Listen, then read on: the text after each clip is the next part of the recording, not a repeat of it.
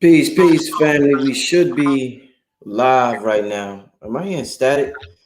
Peace, family. Let me know how I sound right now. For some reason, do you hear static on your end, Dr. Valentine? No, you're very clear. Okay. Just want to make sure. I heard a little static. Peace, family. This is Brother Rich with Dr. Valentine. Oh man, it's gonna be an amazing show. The Hmm. good doctor has a webinar coming up, a rebroadcast of his previous webinar.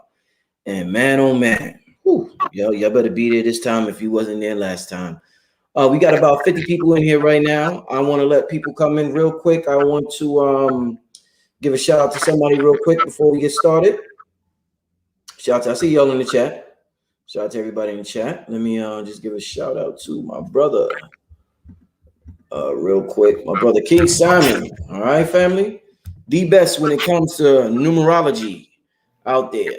If you need a numerovation consultation, text the brother your full name and date of birth 347-496-1022. All right, family. All right. With that being said, the webinar was amazing. Yeah, they shine out your webinar, Doc. Thank Shout. you. Thank I you. want to give a big shout out to Urban X. They are the latest channel to get suspended by YouTube. My brother Black Dot and Malcolm. It's important that you show extra support when these platforms get attacked for telling the truth. The brother was simply, from what I understand, they was simply going over Fauci's emails. And for whatever reason, once again, that would violated that was medical misinformation. So we have to be real strategic in these times, and that's why it's so important. If you really care about what's going on, and you want no filter to your truth, you better sign up to Dr. Valentine's webinar, because the stuff he's ready to bring to the public, nah, it ain't going. They'll snatch my video. They took there was a brother you channel you was on. What's his name? Light skinned brother. Do you know his name? Um, I forgot. I know who you're talking about. I forgot. I'm not sure. Oh, you're talking Uh, about Zoe. Zoe Zoe, Williams. yeah, Zoe. Yeah, they suspended Yeah. his channel after you Yep. came on the Out channel. of California. Good brother. Yeah, they Hmm. Doc came on his channel. They suspended his channel. So this is there's a trend going on here where Dr. Valentine goes. Yeah, they're watching it. So there's a trend. There's a definite trend going on here, and that's why it's important that he's able to come on my channel and tell the people, my audience, that listen, I'm having this uh uh um not a webinar, and it's not going to be able to be told on YouTube. So it's important that you come and support me where I'm at. So the brother's been doing it for a long time, family. Let me put it up on the screen real quick. I'm talking about it so much. You know what I'm saying? Let me put it up on the screen for the family. Okay. I got the link in the description. If y'all interested in the link to join is in the description. But I want to share the designed by Dr. Valentine himself, man. Wow, this brother could do it all. You dance, you an artist, you do it all, brother. Oh man. So yeah, recoding the human archetype from genocide to neogenesis, the animation of unconscious matter, manufacturing the new man being. Make sure y'all sign up, family. It's gonna be off the hook. It's June 13th at 2 p.m. Eastern time. All right, family. Once again, the link is in the description, and I'm also gonna make sure I put it in the chat. All right. Let me hold up. Let me just put this here. But Doc, what's going on? How you doing? You all right, man? Yeah, I'm good. Good. Just trying to put together another one. The last one was 9 hours. Mm-hmm. And a lot of the people hung in there. I know it's Sundays, so a lot of people got to get to work early in the morning. So a lot of people had to kind of bow out. The Mm. reason why I decided, my wife and I decided to do it again was because a lot of people started calling in at the very last minute. I got a lot of emails at the very last minute, on the very day, and during the very time that I'm on the air. So when everybody is trying to contact me to get the link and I'm on the air, I can't do that. We being a mom and pop organization, we got just one of my goddaughters doing the handling of the Right. calls, and my wife making sure that she's the troubleshooter because she knows how to use the actual technology, the Zoom technology, better than I do. and then it's just me just kind of delivering, but it became very paramount, and a lot of the information I could not add in because it was too long. I'm going Mm, to kind of add in at this one.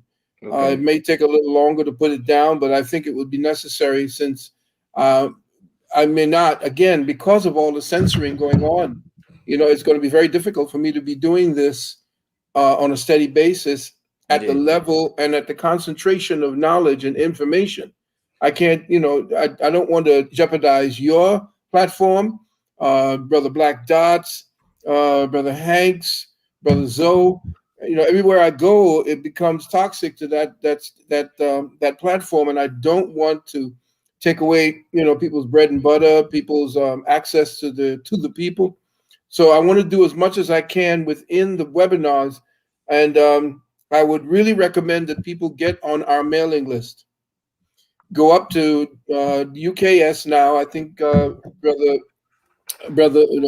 you do have it in the. I guess you have it in the place where the people can actually go to see the uksnow.org. I'm gonna make sure I put that in the chat also right now. Yeah, go there. Go to our university's website and click where it says contact. And from the place where it says contact, just put all your information in there, and you come onto our website's mailing list. And then we don't have to, jeopardize our brothers and sisters anymore. I can get to you all directly. You see, of course, we are having our next class is going to be held in July. Our next university class in metaphysical psychology, which is going to be necessary for you to be able to decipher what's really going on today. Metaphysical psychology for the last nearly 35 years was to prepare people for the type of warfare that we're going to be dealing with. And of course, it's going to be psychological warfare, but it's going to be done at such a level where they're not just attacking your mind, they're going after the conduit to your soul, and that is the DNA. The DNA is the doorway to the soul. So they understand how to get directly to your subatomic body, and in getting to the subatomic body, they are right there at the threshold of the soul. You can go, if you watch the nerves, they have this thing where you can actually follow the nerves through your body through an electron microscope. You could follow the nerves all the way to the point where they get very, very tiny, tiny, tiny, and they just seem to disappear.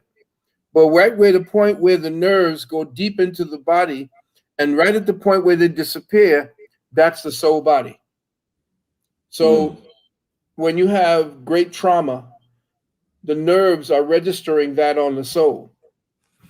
So mm, what we want to do is to teach you how to sidestep the thought process that they want to attack, sidestep the parts of you that they want to attack in order to damage the soul. In fact, there's some information that I want to pass on to the people during that time. That's not going to be very pretty. It's not. It seems hopeless until we can actually get to a point where we can.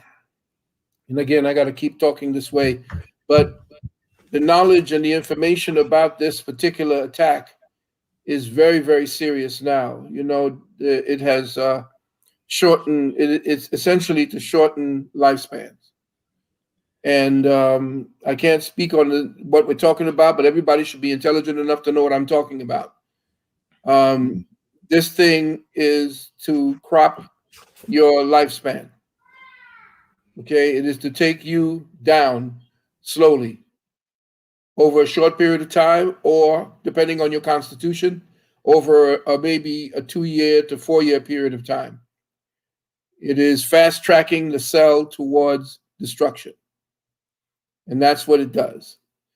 A lot of people, we have a lot of little remedies to delay, and that's what we're doing. We're going to tell you some remedies for you to try, some ways to deal with countermeasures so that you can actually work with your countermeasures to deal with that. But like I said, family, this is war on a level that we had told you about to prepare about back for the last 25 years. We're in the thick of it at this time. want to ask you something about health, Dr. Valentine. Something I was reading that sometimes I read things in these books and I in my mind I say I wonder what Dr. Valentine or Brother Bobby Hammett or A. Rashid or one of you gentlemen, our teachers, will have to say about something I read. So I just want to, the name of the book, just in case anybody was curious, The Physics of Miracles. I read something from this book before, actually, but it deals with health, since we're talking about health and healing and, our immune system and all of that stuff, and also our mind and our soul and everything. Just read this. All too often, some of us choose by being in polarity with what we do not want. If we do not want to develop a state of disease, we eat right for our health.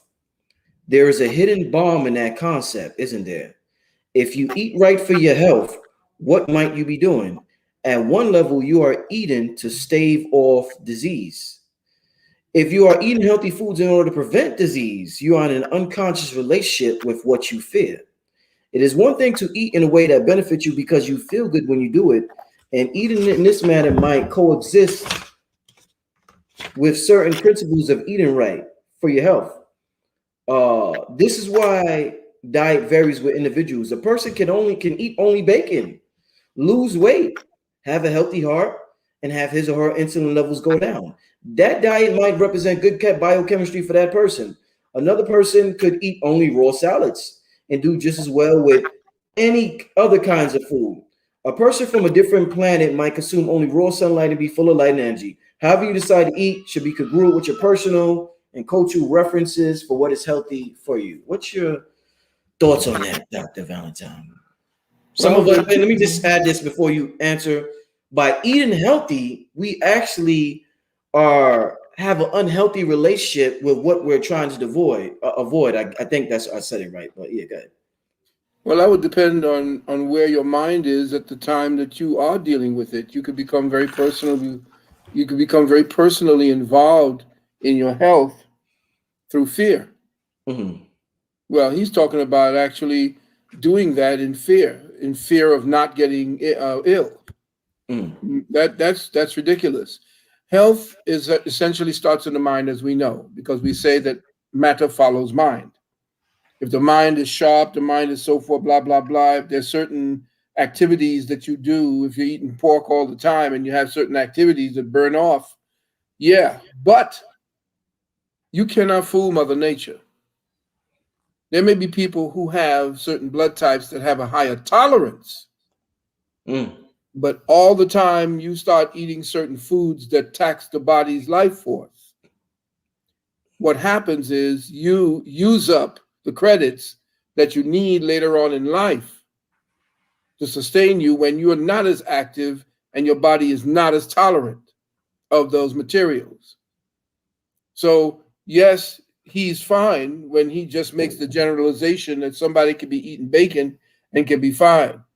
But the tolerance level begins to drop because those people who are eating bacon like that and actually get into a tolerance for that end up being the ones getting cancer. And then what happens after that? The one who gets the cancer from eating all of that, now he has to get off of that and start eating more vegetables. Mm-hmm.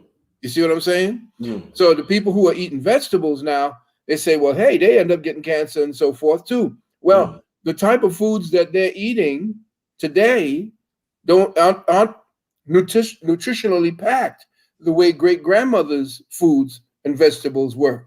Right. The fruits and vegetables today are lacking in a hell of a lot of nutrients because the soil is so overused, and the kind of ways that they bring the nutrition to you at Whole Foods and these other places, when you have foods that are ripened on the shelf rather than in the ground, then you have 75 to 80% of the nutrients actually is a surge that the plant gives to the fruits and to its leaves. 75 to 80% of the nutrients happen at the point of ripening. So if you're picking it before it ripens, it Right. never really has a chance to mature with the nutrition. So yes, people could talk about being vegetarians and they go and they shop organic and so forth, but 9 times out of 10, most of the stuff that they're picked way before their time, so that they can have a shelf life, so they don't go bad because they're organic. Mhm. And it's food that is real. You have to eat it then, because it's, as a vegetarian, you're not like a meat eater who eats and then has to wait 15 hours to digest, the way that real carnivores eat. Mhm. So I'm saying that if you are a vegetarian by nature, you are a grazer. You Mhm. have to eat all the time. Mm. You must be eating a little bit at a time, little bit at a time, the way grazers eat. Mhm. Otherwise, you'll find yourself hungry constantly, and then supplanting or compensating with things that aren't good for you. So I So guess that's what the Juice Plus is about, the yeah. compensation. Go ahead. I'm sorry. So I guess when because you were talking about the food getting ripe and them picking the food before it gets ripe, is Right. that similar to like when a child is born and taking the child from the placenta?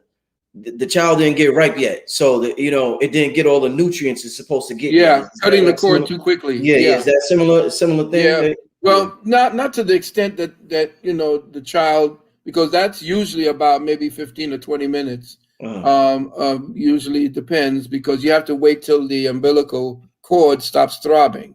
mhm, That lifeline to the mother is based upon the fact that the child was breathing from this.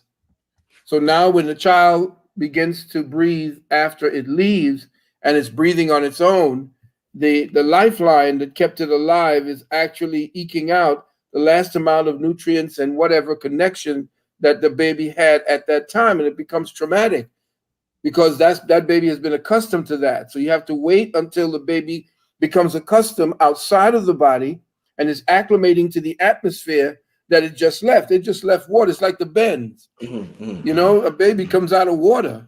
You mhm. know what I'm saying? Yes, You yes, just yes. pull out of water and you're out there in the middle and you're breathing in a whole new way. It becomes traumatic to the child.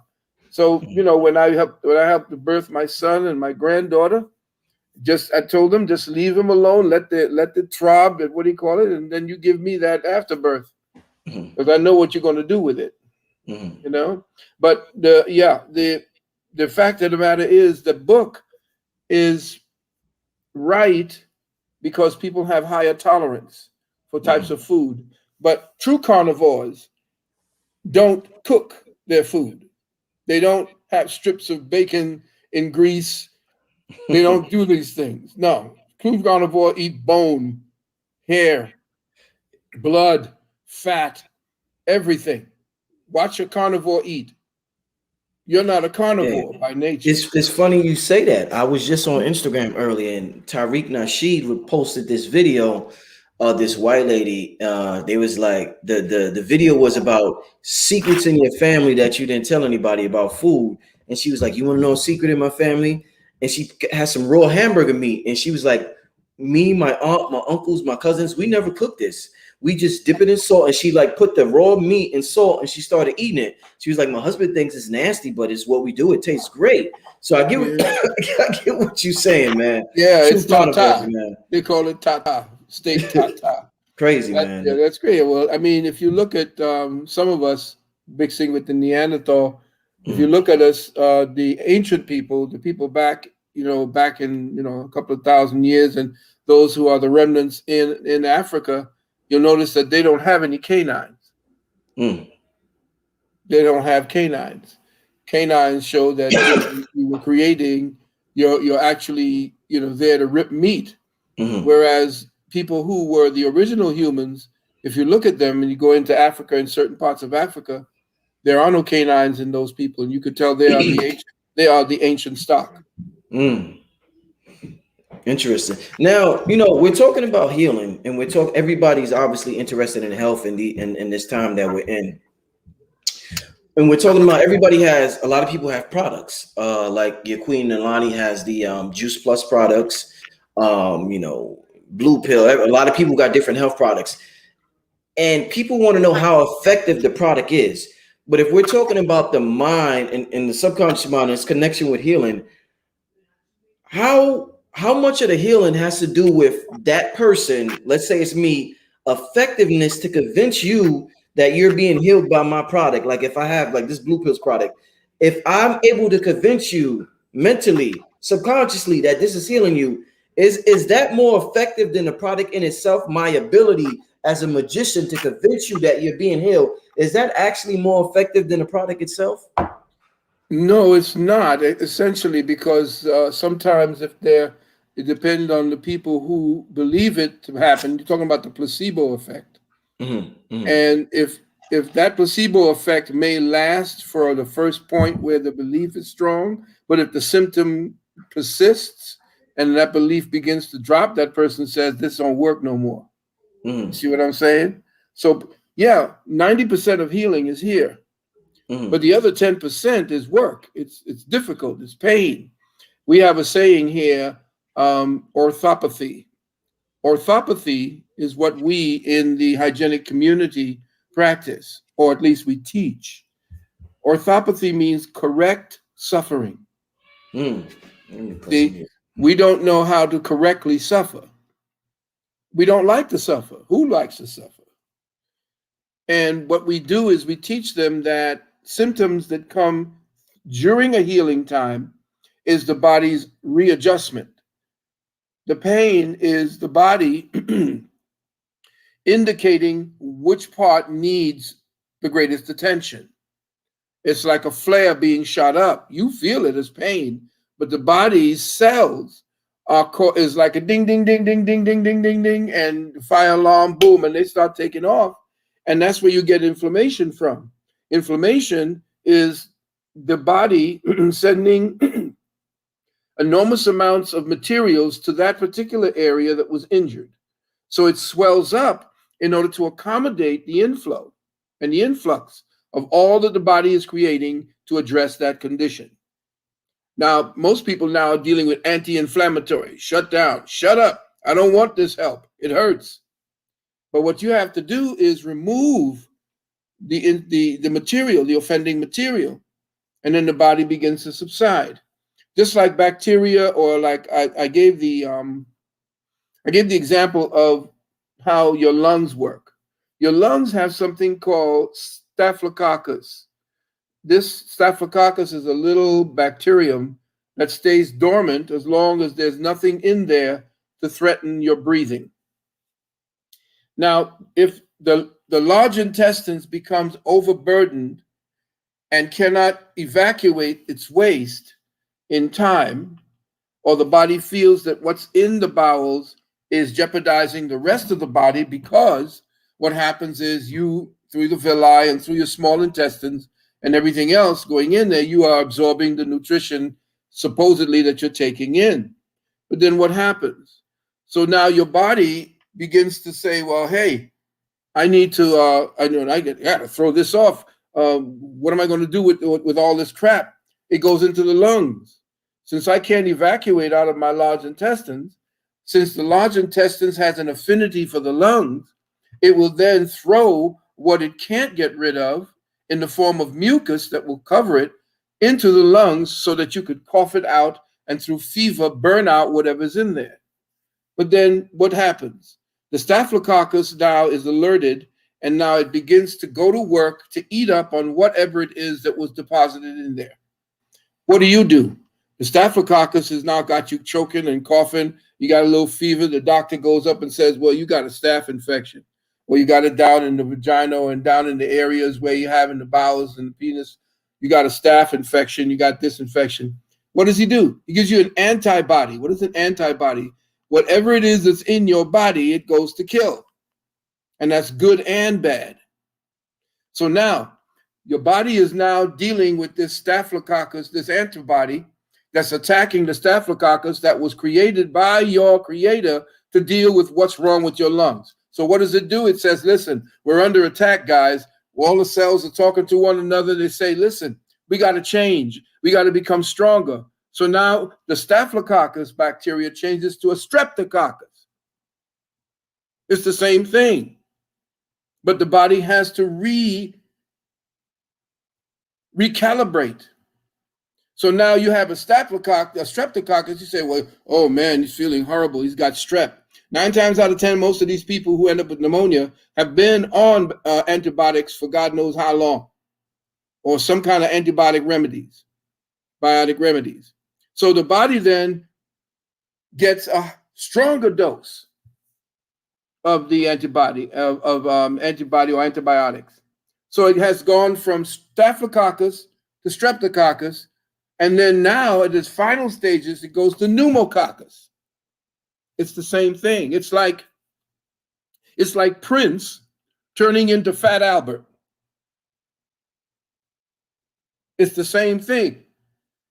But we don't see it that way because the doctors tell you it's 3 different things. It's not. It's the same thing. The body does not do things, or it does not create things unnecessarily. It will create what it needs, and it only uses the amount of energy necessary. It's about conserving energy, not expending it. And what you do and the doctors do, I'm not talking about you, but what we do is we attack the body at the point where it needs to actually wait for you to rest so that it can accumulate to save your life.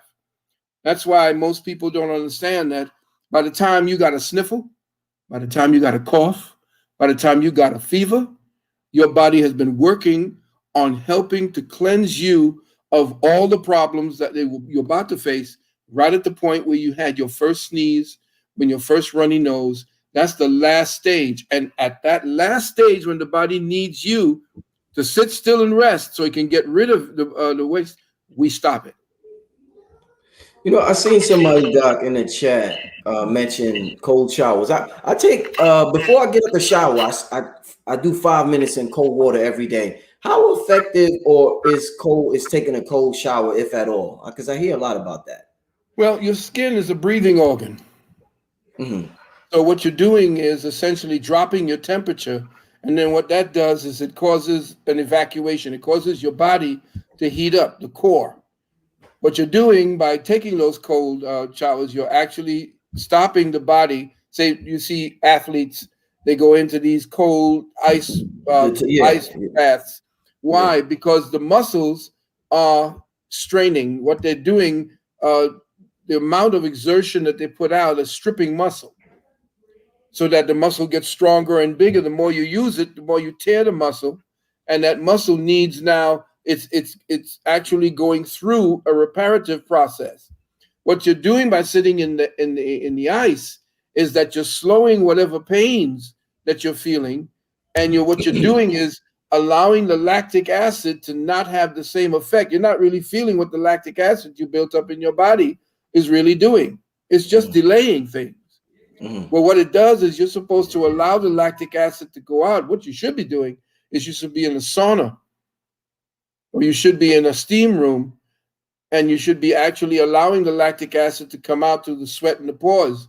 And then after that, then you may take a cooler shower, or you go into a colder environment, because your body has already offloaded what it is that would have created your pain, that lactic acid you built up by the activity. So do you think by me starting the shower hot and then going cold, is that the same thing you're talking about as far as the Yeah, sauna? it would. Okay. Yeah, it would be better for Okay. you to start the heat, wait a little while, let the sweat, because that's also. I don't really. It's very difficult to say. Go ahead and sweat, Mm-hmm. but sweat is a form of visceral bleeding, because your sweat has so much Mm-hmm. nutrients that's coming out. Our ancestors back in the day, they abhorred sweating. I'm talking thousands of years ago, because you were leaking absolutely all types of nutrition. Why do you think they'd be giving that Gatorade to these athletes? Because they sweat so much, they're actually losing nutrition. They're losing salts. They're losing what they call those things they add to water to hype it up. The type of stuff they talk about adding to the water. The family out there might know what I'm talking about. They got water that they put that type of stuff in there, and electrolytes or some kind of nonsense they put in water.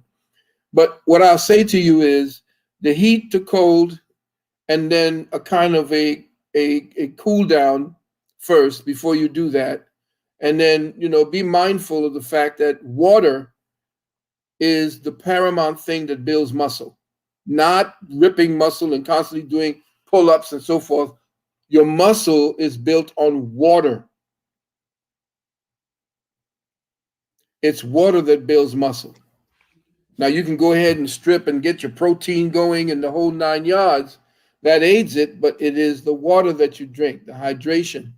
It's built on water. Go check the medical. Go check the medical records. You'll see. Wow. Okay.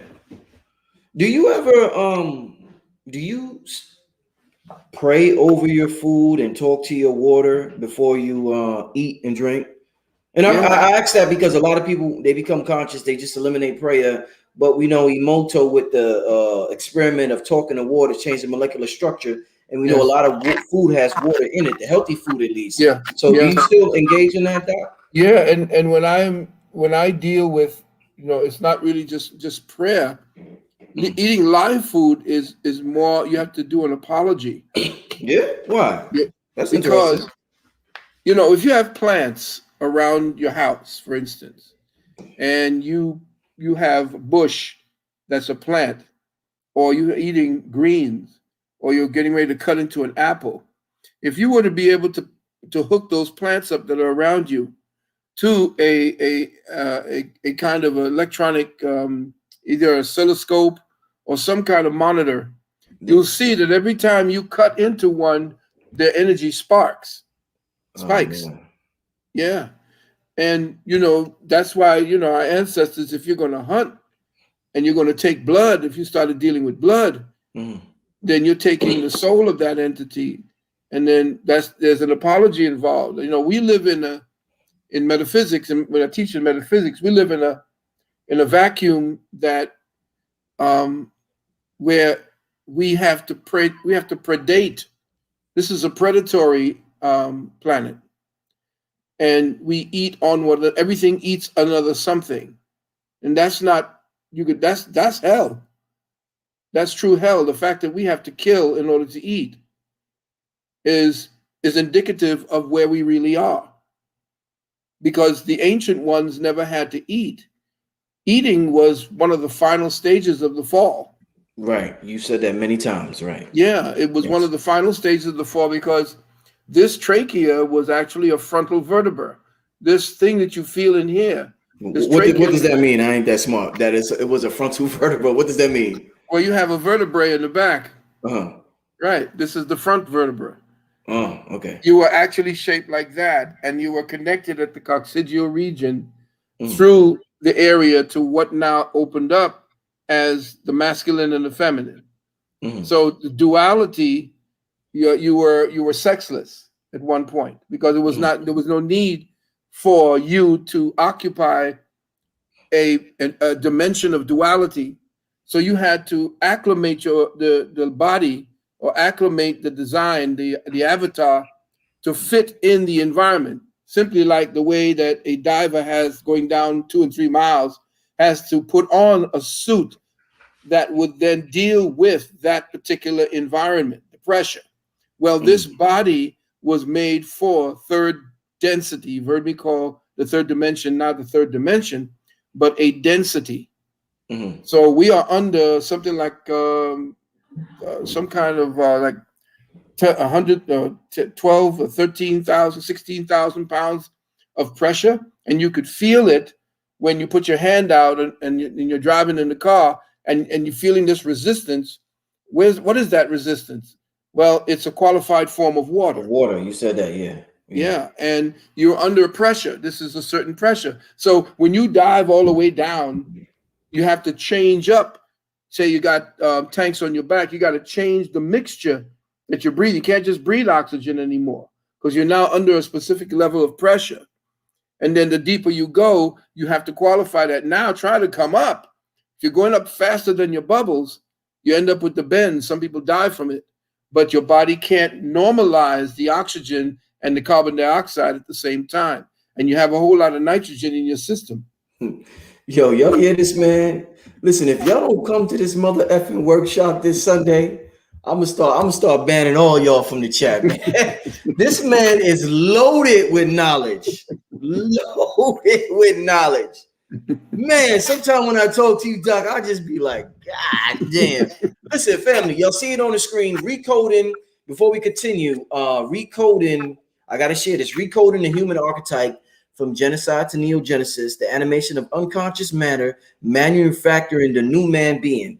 Channels are being suspended wherever this man goes. This man has certain information that's so important, so potent that it's banned from this platform. I need you to go sign up for the workshop. I pinned the website at the top of the comments, so you're going to see it there. Or if you go to the description, you'll see it in the description as well. But just by talking to this brother, he doesn't just know about A, B, C. He knows about A to Z. He knows I can ask this man any question, and we could talk for an hour on that one question. So let's show this brother respect. Let's show this brother love. Let's give this brother flowers while he's alive. How can you give him flowers, you ask? How can we give him flowers, Brother Rich?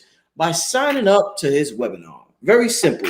Showing support. And guess what? You're going to learn something for your family, for your children, for your grandchildren. You're going to learn a lot if you sign up for the webinar. So had to share that before we continue, because it's just, I'm just throwing questions at this brother, and this brother just knocks him out the park every time I ask this brother a question, man. Man, it's always a pleasure talking to you. We're going to continue. We got about 20 more minutes. Let's continue this conversation, Doc. You know what I want to ask you real quick? What's up? Are you ever, I know you have the Wounded Womb book. You ever coming out with the persecuted penis? I remember you mentioned that before. Was that just a joke, or you really? No, it's not called the persecuted penis. That's what oh man, that's what my big brother Colin called it. Yeah, he wanted me to write the persecuted penis. I said, come on, bro. No, I told him, here's what I told him. I told him I would dedicate a book to that, and I would call it Path of the Virtuous Man. Okay. Path of the Virtuous Man. What, he felt like he was coming at women too much or something? What it is he felt I was neglecting the brothers. Okay. but it was thing is that you didn't understand that the brothers were going through a lot during that time of feminism. Right. And what I had to do was decode how the attack was actually going down. That's all. Mm-hmm. And what I did was, and I know I probably shouldn't have even said that word, but you understand what I'm saying. A lot of the sickness and diseases that were going on in the actual attack by this clan or this coven, that's a better word. The coven was actually attacking our sisters with Harpo. And if you know what I'm talking about, Harpo, just reverse the words and spell it backwards. That's because Harpo, yeah, Harpo was really recruiting a lot of our sisters into a coven of thought and activity and philosophy that was very detrimental to everyone, society, brothers, everyone. And our sisters were suffering. They didn't know they were suffering, but they were. And now they are suffering even more, because essentially what they're now doing is finding out more and more about what that particular coven activity did to the society and to their lives and to their children and grandchildren. So, yeah, and then I told him, I said, listen, he asked me, why are you teaching metaphysics instead of teaching nationality or actually dealing with nationalism? And I said, what nation are you talking about? So you're talking about nationalism, we don't have any land. You're talking about nationalism and we don't have an army. We don't have an organized army. I'm saying, who's funding us? So, we had a little talk. It was just me, Khalid, and one of his bodyguards. So it was not really something that was a super exchange for, super exchange of knowledge in front of anybody. It was just a private conversation that we had with one another. And what I found out was that he would buy down there in Atlanta. There was a bookstore down there, Black bookstore that was run by Sister Uma and Brother Kevin Jackson. And he used to come and get Bobby and Mai's tapes. He used to look at Bobby's tapes and my tapes. And I guess he formulated his own, idea about what it is we were talking about.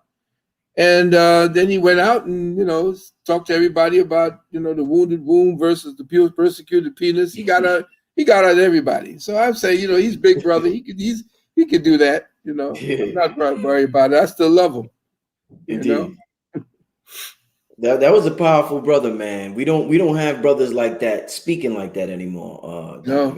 No, we don't. Talk about feminism and all of that. A lot of brothers we don't see that masculinity no more. No, we don't see that kind of big brother. Yeah, I'm watching your back kind of thing anymore. That's why he was attacked. As soon as your boy, what's his name, BC, I would say is his name, moved into Harlem, he became a threat. So B. Jefferson C. You know who I'm talking about. Indeed. I want to ask you this, Dr. Valentine. My son is 2 years old, and you have a... It's a great time. Yeah. I love it when they test you. Man, that's the best way to explain it. They test you, boy, man. Yeah. Listen, woo. Yeah. You gotta remember he's older than you are. That's why. You told me that, but you told me that when my girl was pregnant. You told me that. You told me that when she was pregnant. Before I ask this question, you're a classic example of an elder. Anytime I go through something and I may briefly mention it to you, you'll be like, Rich, why didn't you come to me? You'll say, well, why didn't you come? And I get that. I don't get that so at all. So when you say that, I'll be like, well, damn, I'm not used to hearing elders say that. Because my mother and my father and my grandpa, they're all gone. So I'm like, I don't have a lot of elders around me like this. So when you talk to me like that, it's like, oh shit, that's some old school talk right there. You know what I'm saying? So yeah, this brother is beyond just being an intellectual. This brother, he got it here in his heart, family. He got it right here in his heart. He got it right here behind the scenes, not just in front of the camera. So this brother's the real deal. What you're seeing on the screen, what King Simon posted, and I put on the screen, that's the brother's Cash App. That's the brother's website you could go to, and you could go to that lulu.com to get the wounded womb, I believe. Is that why you have lulu.com there? Yes, that's lulu.com, and you just have to put the name in the my name and the name in the search box. So yeah, hit up the brother's Cash App. Like I said, this brother's the real deal, and it's important that we support elders like this. Shout out to Urban X TV. I see you in the chat room. Can't wait to see your brothers back next week. Don't worry about the BS from YouTube, family. You'll be back stronger and better than ever. What I want to ask you, Doc, because before I started out and I told you about my son, and he's 2 years old. In terms of from a metaphysical approach, in terms of raising a child, with everything going on in society, and we see about the things happening with the police and the agenda that's going on right now that you're going to talk about in the webinar. Right. Should we, because this child is so fresh and he has a blank canvas to create reality, should we tell our children about the problems we faced, or should we allow them to create a whole new canvas? Because if I tell them the police ain't shit, that might ingrain, I think, morphic field or something within him that creates that for him to experience, because they say reality is nothing but your beliefs reflecting itself on yourself. So should I tell him about the police ain't shit or this or that, or should I allow him to create a brand new canvas for himself and just kind of guide him toward it? Or should I tell him about the ills that I faced growing up in the old paradigm, because this is a new paradigm? Well, no, first of all, we tend to underestimate the intelligence of the next generation. That's why they want to estrange themselves from us so quickly. We don't embrace them by showing them that we are not here as their enemy. We're not here to dictatorially set anything and to try to make them into anything else except what they want. But we have to give them a variety of options, first of all. First thing you have to teach young people is that there are consequences for every act and every choice. Okay. Once you've taught them about consequence, then they will always pre-think every act. That's how I raised my son. And it was difficult because they're going to test whether or not that's true, and it's good. Let them test it, and let whatever consequence they face grow them in the knowledge firsthand, because secondhand knowledge really doesn't cut it. You can tell them everything till you're green and blue in the face until Mm, they have to face that thing that belongs to them and them alone. mm, You have to also remember and respect the fact that he chose you as his father. mm, So therefore, his actions and reactions and all of his experiences are based upon the fact that pre-knowledge and the contract he signed to come through your portal that you created with your queen means mm, that whatever it is that his soul carries is mm, a signature of experience that matches yours and your queen's. mm, So now that you have chosen, now that he has chosen you, you are to actually learn how to be the father that he is going to teach you to be, because the child is the father to the man. We think about it as the opposite. He's not teaching you, or you're not teaching him to be a child. He's teaching you to be a father. I So heard you mention now, now that. you are becoming more and more of a one. Your senses are growing, Mm-hmm. because you know just when he's about to do something that's going to cause problems, and you can catch him when he falls. I've learned that I have spidey senses. You never do that, huh? You never do No, I that. never knew I had spider senses. Man, listen. I'm telling you. I remember one Man. time he'd be on the couch and he's jumping around, and all of a sudden he jumps to the point where he loses his Then you balance, just, and cause you just, I don't even have to look. yeah, you don't even have, I yeah. don't have to look, you know. Fathers have that sense. We know what that is. That's our protective instincts. We Mm, have that. Mothers have different types of instincts when they can feel their emotions. They can tell when something's wrong and so forth. We have reactive instincts where we deal with teaching him. The other thing now is when he, show him all the love and the trust that you build in a son. That's what I did with my son. I built the trust that is so necessary between a father and his son, mm, because he looks to you to mold him, and he always wants to please you. But the first thing you must teach him is whatever it is that he's doing, he's not doing for us. He's doing for himself, mm, and everything that he's going to get in the form of rewards will be me saying, "Good job." But how do you feel about what you did? Did you put everything into it? Did you do everything that you were mm, supposed to do mm, in order to do what you did? And if you failed, come on. As a matter of fact, how many times did you come in? He comes in the door. So, what did you fail to do today? What did you lose?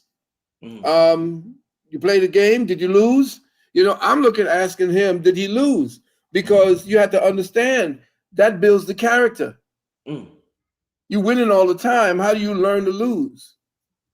When you learn to lose, you understand what is necessary to compensate for whatever it is that you didn't do. That's why Sun Tzu said, when your enemy has won, celebrate. Because not only is he celebrating for his victory, but you're celebrating because now you know something about yourself. whew, See? And then now you yes. become stronger, because if he figured that out, then this must have been something you didn't know about yourself that he figured out based upon something that you overlooked. Right, So right. I always, from the time I started out on this trail, everybody was telling me about what it is I didn't do, who I was, blah, blah, blah, and so forth. And when my father told me, you're going to do that, boy, you're going to starve, because if you're going to tell black folks to stop eating, you're going to be out there by yourself, homeless and starving, Mm, because ain't nobody going to pay you to get them to stop eating certain foods, blah, blah, blah. And I knew he was kidding, because after a while, he would give me the smile and the nod. Not too much, don't get too happy with yourself. mm, But I mm, knew what that was about, being mm, that he was a warrior, he was special forces, the whole 9 yards. So he demanded stuff. He had me eating, fixing the bed, bouncing the quarter, and doing all of mm, that. mm, mm, But the idea is that you're going to be, there's a thing that you can never have unless you're a father. And there's that pride in seeing what you have helped another entity that came from your loins, from your blood, to Yo, see and watch you yo, regrow yourself. You're watching yourself in time. You're in a time capsule right now, watching yourself. yo, Dr. Valentine, there was something you said. I think you said it, and I don't want to misquote you. I hope it was. I swear it was you. And I wasn't offended when you said it, but I was like, wow, that's a hell of a statement. I think you said you can't be a man until you have a child. Right, And I was in my 20s at that time when you said it, right. when I heard you say it, and Yeah. I was like, well, shit, I'm not, well, shit, I'm like, what this nigga mean? What if Hmm. what Yeah, if I, right. I'm like, but I get exactly what you're saying now. Yeah, yeah. Now that I have Mhm. a son, I get Yeah, exactly what you're saying now, my brother. that's right. There it So is. I appreciate you Manhood. saying that. Sometimes the lesson comes a little later on, and Yeah. that's all right, But I'm saying to you, manhood is is wired into you to provide, to protect you as the man, and this is what's taken from us. You Mhm, are the starter of families, not the woman. mhm, You start the family, you create the family. You give love. Women don't love, they react to love. They do give love with the children and so forth, but when it comes to peering, they react to you. You are the prize. You are the one. And men have been made to believe that you are superficial, that you're extraneous. You are the prize. mm, You are being treated like an idiot because you act like an idiot because you don't know who you are as a man. You mhm, don't take control of your life.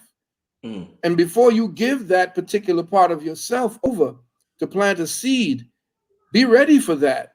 I mean, yeah, you can go ahead and ride here and there, in your 20s and so forth. Yeah, because I mean, shoot, when you're young, you're nothing but a hormone and sneakers. But what happens after a while, if you're not honing manhood skills, if you don't have, you don't have resources, because that's what a man needs. A man must have resources if he wants to play those games as manhood. Then, as you are building in your manhood, you don't really understand manhood until you take responsibility for the lives that are around you. But today, our sisters don't want you to take that responsibility because I'm independent. I can take care of myself and blah, blah, blah. Well, mhm. no, no, no, no, no, no, no. As a man, you don't understand what it's like to be a man until you have someone's life in your hand. I remember I used to hold my son Mm. in one hand like this, just walk Mhm. around like, Talk with to him me. like Talk this. to me. Yeah, man. Yeah. And then Yeah. and then I used to do all things. I used to hang him upside down. I Uh, used to do, yeah, because remember, sometimes children, when you swaddle them up, what happens when you get like swaddled up and you're all tight up like this, and they got you like that? They start, you start hearing them going through that. Well, that's because they need to stretch out. So I used to mm, snatch him up by his hands, take him upside down, and swing him back and forth. mm, And when I was there, I remember I taught him how to walk on his hands. mm, And mm, I would hold him up by his feet when he was like 6 and 7. He always wanted to know how to do that after watching circus movies. mm. And then I used to take him by his feet and just walk him while he was on his hands until he built up his shoulders. And then after that, his homework going up to bed was he had to walk up the stairs on his hands. Whew. So Hey. he learned how to walk upstairs while standing on his hands. He has a picture of him with salt and pepper in Australia, I think. And there's one part where they snapped a shot of him with his hands on his side, upside down on his head, You straight up and down you when talking he was about doing the Bam, right? move. You talking about Yeah, Bam, bam. right? Yeah, Yo, bam. shout out to Bam, man. Shout out to Bam. Bam is he's doing good? Yeah, yeah. He's doing what do you call those show? What is that? Forgot the name of that show he's doing. He's doing Law and Order, Law and Okay. Order, Blue something Blue, and Mm, he's in a bunch of movies. He got a couple of movies that he's scripting, and his of course his music.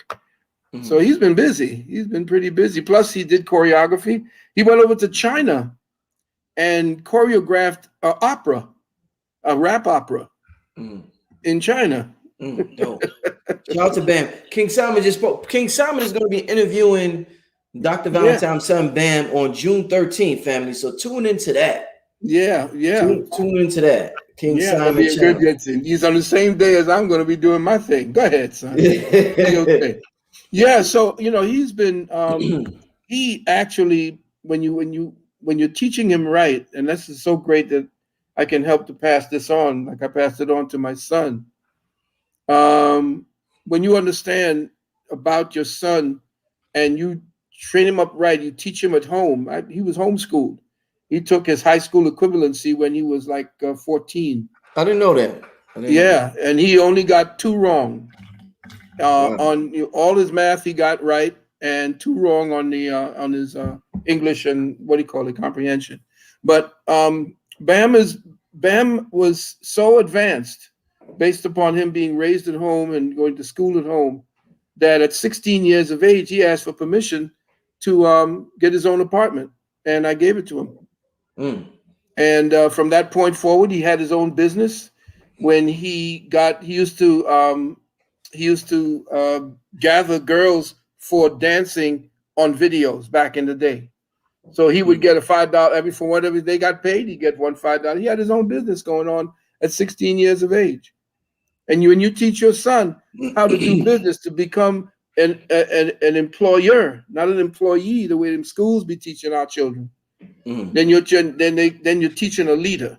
Get him into the martial arts. My son was raised in martial arts, and Brother King Simon will tell you he was at Professor Moses Powell's school, and Sensei Osei was his teacher.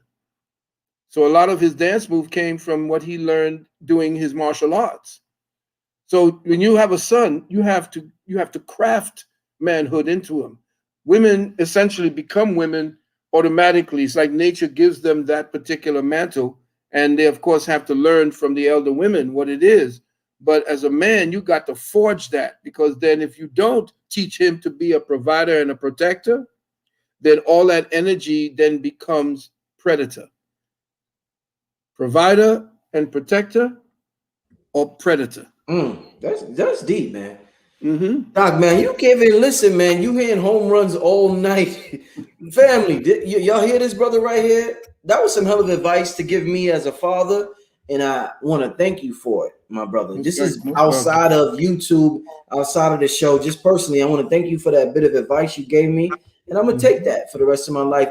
With that being said, I want to share this again, family. It's going down June 13th, 2021 at 2 o'clock Eastern time. The brother that you listen, there's about 3,000 people in the chat room. The first problem is we only have about 500 likes. So make sure you like the video, family. All y'all enjoying it because y'all been sitting here for a while. It's almost been at 3,000 for a while. So y'all enjoying the talk. It don't hurt to like the video. And I know some of y'all forgot, so it's not personal. But secondly, I need y'all to support this gentleman in a webinar he's having with things that he can't talk about right now with me on YouTube for whatever reason. Y'all know the reason, but he's going to be talking about some hardcore stuff in this webinar on June 13th. I want y'all all to sign up.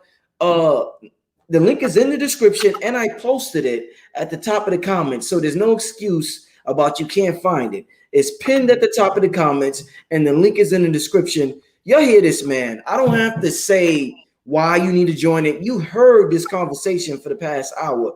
This gentleman is sharp as a knife. Sharp as a knife. He's been this way for the past 30 years. Unfortunately, we don't know about him because his type of information is suppressed, right? So with that being said, let's continue. We got about, I said this 20 minutes ago, right? I said we got 20 minutes ago. You want to do 15 more minutes, Doc? You can do 15 more? I'm here, bro. All right. Let's. It's been an hour. Let's go a little longer. I want to ask you, Doc. I've been meaning to ask you. You deal with metaphysics. We're talking about all this. Personally, have you ever seen a UFO, Doc? You know what? And the reason why I asked that, I before you answer, we talked about them going. What's his dude name? Musk going into space. Then yesterday I looked online and this dude Bezos, I think the Amazon dude, said he's going into space next month. I want what part of the space he's going? What space he's going? Exactly. I like to know. So talk. You could say that, but have you ever seen a UFO, Doc? And let me Yeah, know. I did. Talk to us about it.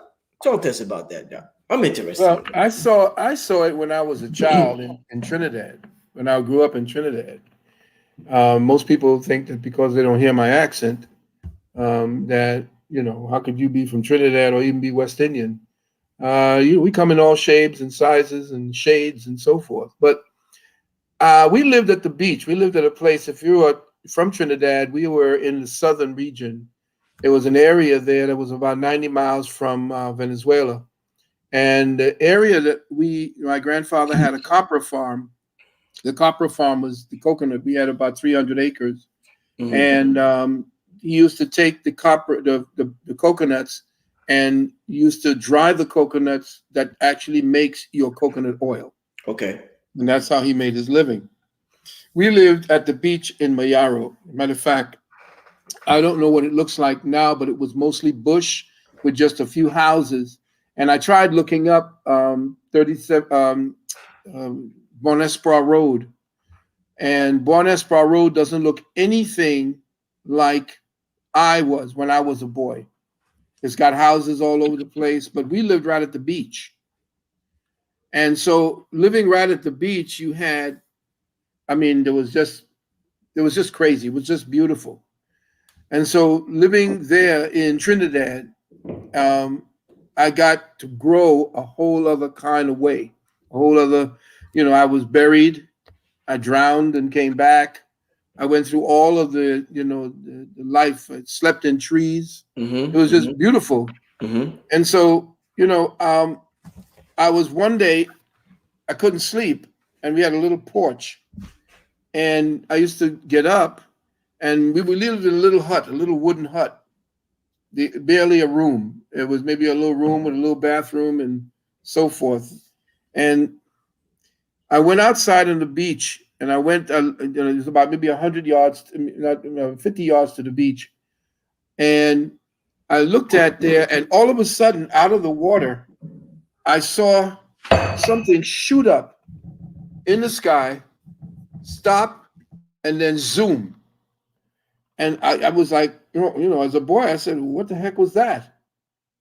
And then again, another time, maybe a few months later, I saw that same type of thing go back in the water. And so I asked my grandfather, who I was raised with there, what was that I saw? What was that he saw? So obviously he might have seen it himself, because he said, "Oh, don't worry, those are flying fish." That's what I remember him saying. But then as I grew to understand about, you know, crafts that actually can stay in the water, and they had some YouTube shots of these crafts that came directly out of the water. In a Russian ship, was a Russian trawler, fishing trawler, was taking pictures, and the ocean around them began to bubble, and all of a sudden this thing came out of the water, cylindrical and silver, and they saw the tip of it, and it shot up into the sky and just shot away. Um, that reminded me of my experience on the beach, looking out onto the ocean, and it was dark. It was, the moon was over to the side there, and I could see it come out of the water and then stop and then shoot off. That's my Hmm. experience with it. Anything after that, I saw when I was at Carroll Street. There was a whole squadron of lights that were moving from south to north, and they were in a I guess in a formation. And Mm-hmm. I'm saying, what the heck are those? Mm-hmm. And I said, there's nothing like that moves that kind of way. So if they are so-called UFOs out there, then they either belong to us, or essentially we are dealing with extra dimensional entities, because there's nobody going into, quote, outer space. Ain't nobody going to Mars. Ain't nobody going to be landing on Mars. That's a bunch of crap. That's NASA's nonsense. Trust me. Okay. So what about, we have a new understanding of our reality, Hmm. and our existence, and of our perception of time. Hmm. So I've heard many speakers talk about time being cyclical and not linear. Am I correct? It Time. depends. No, it depends on the consciousness. Well, let me ask Yeah. this before, because this is where my question was going with that, just that thought Okay. pattern. If time is not linear, like if when we think B comes after A, C comes after B, D comes after C, so on and so forth, or 2 o'clock comes after 1 o'clock, 3 o'clock comes after 2 o'clock. If time is not linear and it's cyclical, and let's just say this book, everything exists all at once, and as consciousness, you could just pick and choose where to go. It's not like you have to go from here to here to here to here to here to here to here. You could just pick and choose where you go from because time is not linear. Is it possible when it comes to reincarnation, Doc? Is it possible, like we're living this life right now, where it's so-called 2021? Is it possible for you to go back in your next lifetime to the past, well, what we call ancient Egypt? Because time is not linear. So you really could go back to that time and experience that time of what we call ancient Egypt when the Great Pyramid was first built. After this lifetime, you go back. Your next lifetime, you experience the Great Pyramid being built. Is that a possibility because time is not linear, like they say? Well, let me ask you a question before I answer that. Can you remember anything when you were, say, 10 years of age? Yes. Okay. You just time traveled. Okay. Okay. The first thing we have to understand is that time is an element. It's not a visceral abstract that we measure on the tick of a clock. Time is an element that knits matter together. Fire, air, water, earth. The fifth element is time. How does time express itself? Well, we know that fire, the fire element, is conscious as itself. Being that the fire element is conscious as itself, it means we essentially, when we intone the fire element then becomes conscious of itself. To be conscious as yourself means that you're just a blank slate and you just know what you are, like a baby. An infant is just conscious as itself. As it grows, it becomes more and more conscious of itself based upon it mastering the avatar that the soul has now entered. Fire, air, water, and earth. Fire is sight, air is hearing, water is taste, earth is smell. You have all four. You have the word, the WORD, made flesh on you as the monitors of the avatar. How does thought, how does the time, which is the fifth one, express itself? Time expresses itself as thought. Okay? If you want to time travel, the problem is that we have not yet understood the element of thought. We think that we are thought. We can always leave and understand the speed of thought. Everybody's talking about the speed of light, speed of time. We never deal with the speed of thought. If you want to time travel, you have to understand how to map the speed of thought. Now, is that an energy? Yes, it is. The Akasha is a way to time travel, and that's what they've been doing.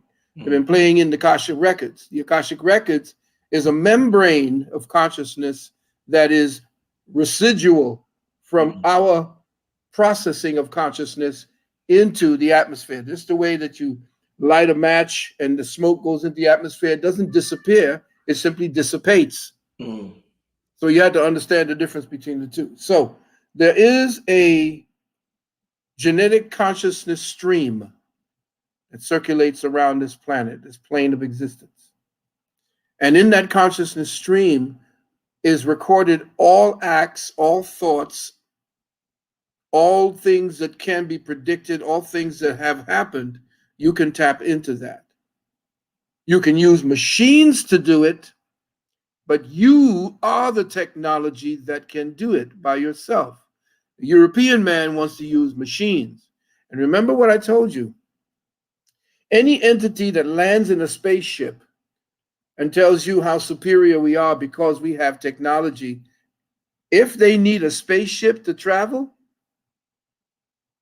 then you know that they are essentially conquerors. Because anyone who masters technology are vicious. When you master technology, you take yourself out of your humanity.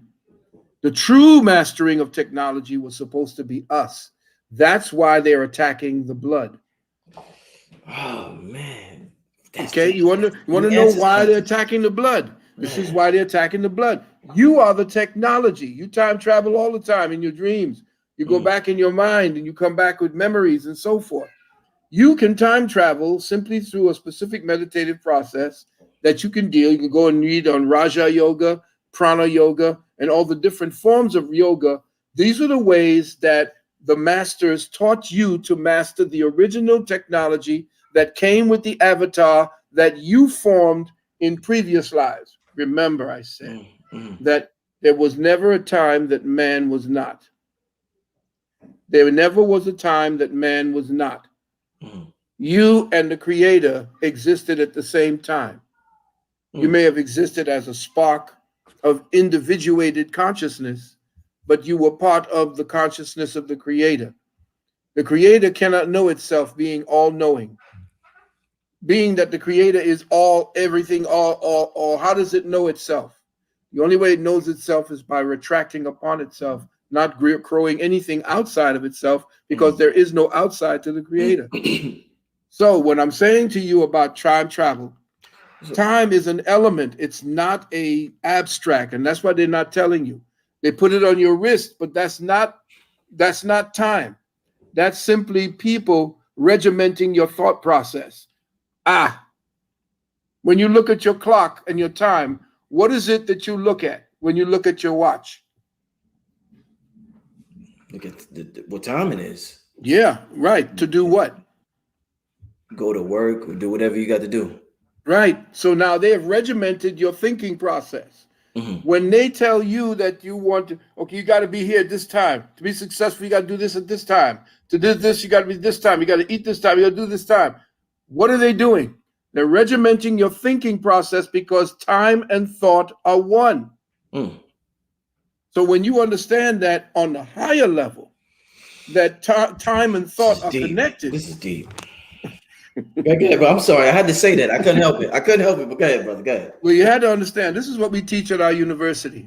I invite people to come to the university so that you can understand the deeper meanings of what your thought process is actually doing and how you've been imprisoned semantically against your will by them teaching you a language that locks you down, locks your capability to time travel, not just into the past, but into the now. Doc. Mm-hmm. So you said earlier we was talking and you said that you know us eating was our lowest form. Mm-hmm. So the creator, the all that is, this Mm-hmm. experiment that's going on down here, and you said when we originally came down here, we were sexless. Mm-hmm. Was that experiment not good enough for the creator to know itself? Did it have to turn into man and woman and get to this level of eating forth? Like, there's so much polarity going on. We really teaching the creator who it is. Was the Mm-hmm. first version of creation too good for the creator to know who it was because it was too close to who it was already was at that time? Yeah, again, we're looking at it through our own lens. We are caught up in the pulse of Hmm. the particular level that we operate in. There are no pulses. I use this in my class. If you've ever had an oscilloscope or if you ever followed the stream of a particular sound wave, you Hmm. can go from a specific sound like, if you go all the way up, the higher the note, the higher the frequency, the more connected is the bandwidth and the bandwave. Mm. The lower you go,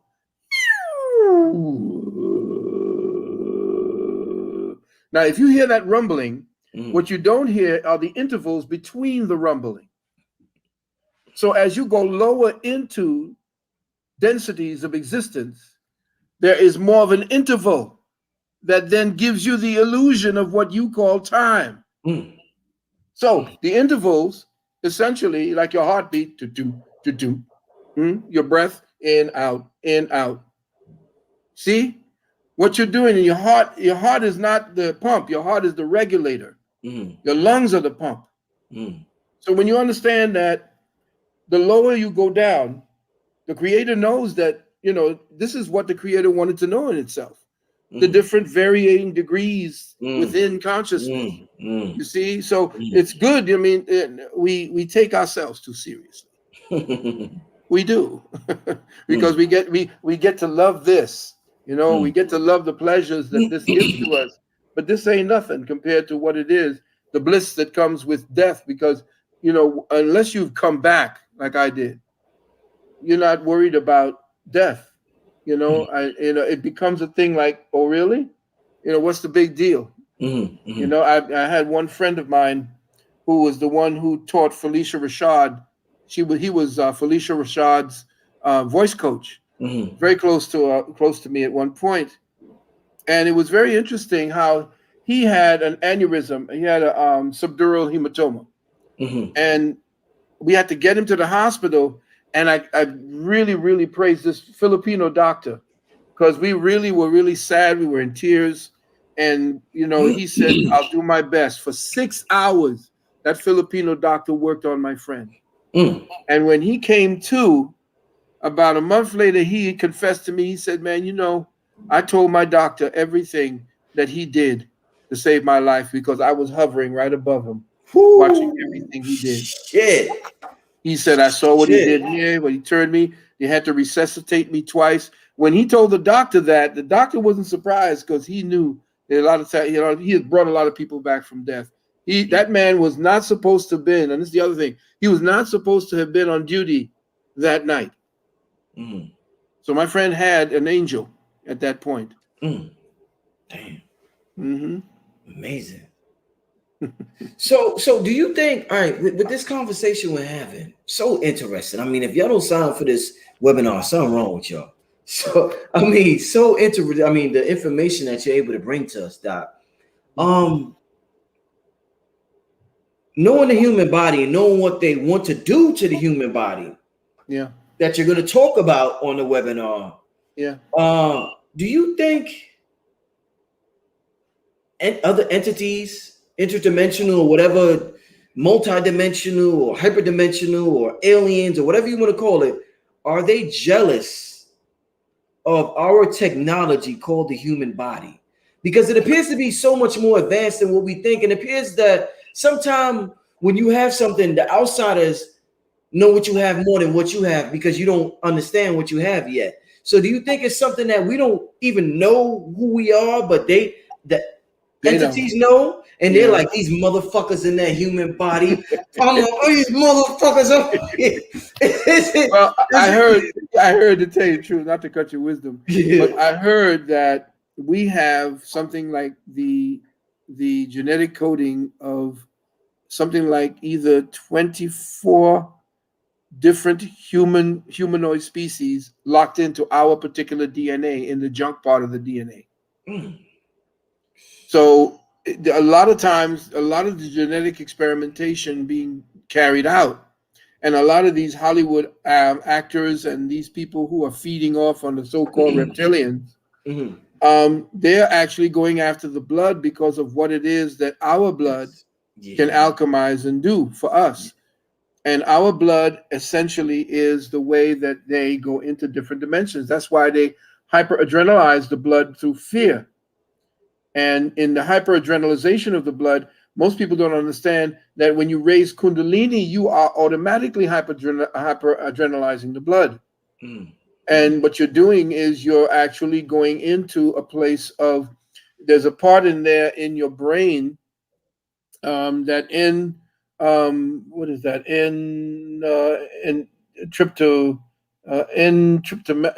Tryptamine or something like that. I forgot the name of the actual molecule that's created in your brain. It is the most intense hallucinogen, and no plant subsedes this. We can artificially do it in a lab, but your body has the highest form, and it's excreted at the point of death.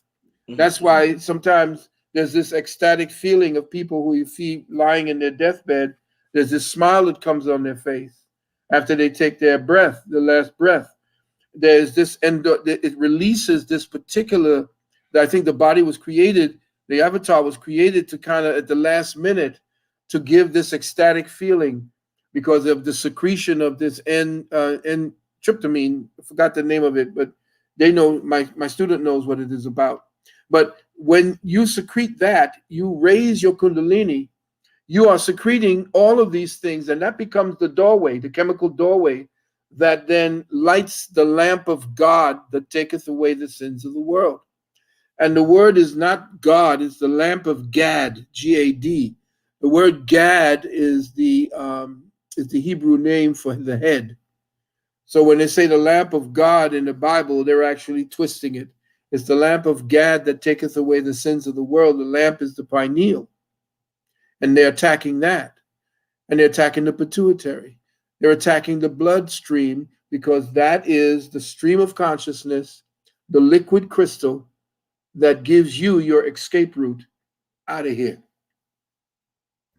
I want to thank everybody. I made an announcement about the likes. We got the likes up to almost 2,000. So, like I said, sometimes we just forget about the likes. It's important, family. Listen, this has been explosive. This has been an amazing conversation.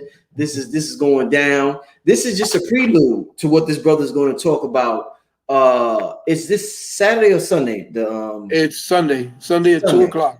This Sunday. Let's Yeah, put that on. if they have any problems, and they can't get in with it, and somehow they miss this, they can always go to they can always hit me up at my private email at Sanu, the same way as you see my Cash App, Sanu777. Well, just add at gmail.com, Sanu777 at Gmail. And I'll send you the link. But please pass the link forward, family, because we are in the last days true. I mean, there is a true war going on. And I can't elaborate here because I do not want to jeopardize my beloved brother and what his platform represents. But I am telling you, what I have to tell you is not going to be pretty. It's not going to be something that you're going to want to hear, but you're going to have to hear it. And then it's going to come down to it. Like I said, somebody, I forgot the name, but he predicted that by 2025, that America will only have 90 million people. Doctor, any other contact information you want to leave for the people? Any other? Yeah, sure. If they want to get in contact with us for consultation, they want to join up, get the vaccine, the the exemption package. Let's just say that. They know what you're talking about. They know what you're talking about. Yeah. Okay. It's called 800-847-1291. Again, 800-847-1291. And please leave your number twice. Don't just run off and don't speak softly. My name is, and mumble. Please say the name, say it clearly, because sometimes, and please don't be driving or riding your bike or out on a windy day, because then the wind gets in. I don't hear you. Please, I want to call you back, but I can't because you drop. And then there's some of them that says, "Yo, Dr. Valentine, I saw what you said, blah, blah, blah. Hit me back." And then they hang up. It's an answering service, family. I can't dial you back unless you leave your number. All right. And again, like I said, my university's classes are beginning in July. I believe it's July the 17th. I'm not sure.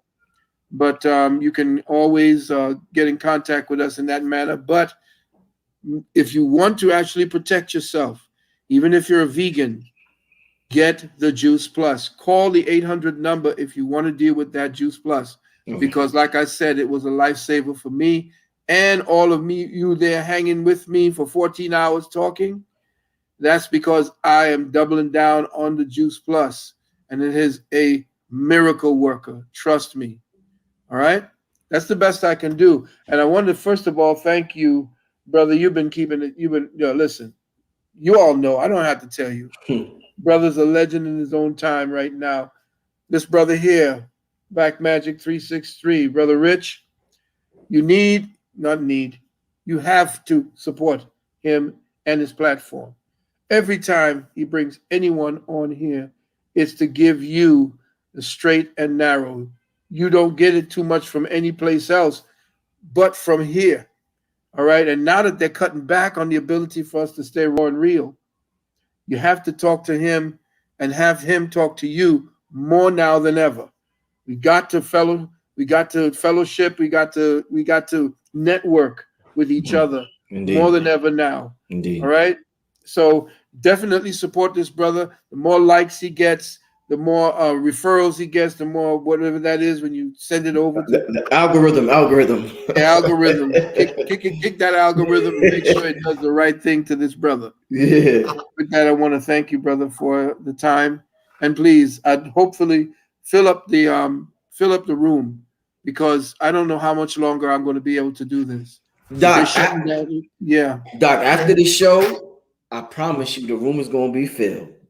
Okay. Woo-hoo! Doc, I I'm can feel listening. it. You know how you got my spidey Yeah. senses. You talked about that. My spidey senses kicked in, Doc. The room is gonna be filled after tonight's show. You did your thing, Doc. I'm gonna tell you, hey, you did your thing, Doc. You did your thing. I want to thank you for coming on once again, brother. I'm gonna have you on again soon. Much success. I'm gonna see you this weekend at the webinar. I want to thank. We almost had about 3,500 people. I want to thank everybody in the chat room for tuning in with us tonight. With that being said, we'll see you all this weekend on outside of YouTube where we can say certain things. All right, family. Indeed. Peace. Peace.